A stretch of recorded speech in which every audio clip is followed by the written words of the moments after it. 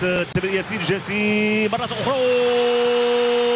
الله الله الله الله، نائل العناوي في المكان المناسب يضع الكرة في الشباك. هدف ثاني لفائدة المنتخب الوطني المغربي.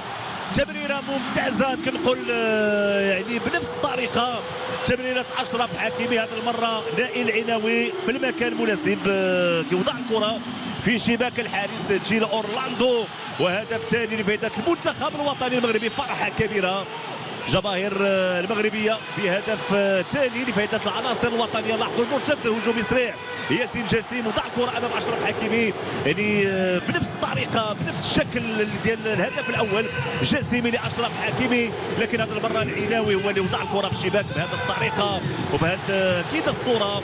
لاحظوا الختم ممتاز من نائل العناوي من جديد، التحرك ديال ياسين جاسم. وهذا هو اللي قلت بان الهدف الاول غادي يخلينا نتابعوا مساحات غنتابعوا ممرات، وهذا هو اللي كان كيبحث عليه كذلك الداخل الوطني محمد وهبي. هدف ثاني فرحه كبيره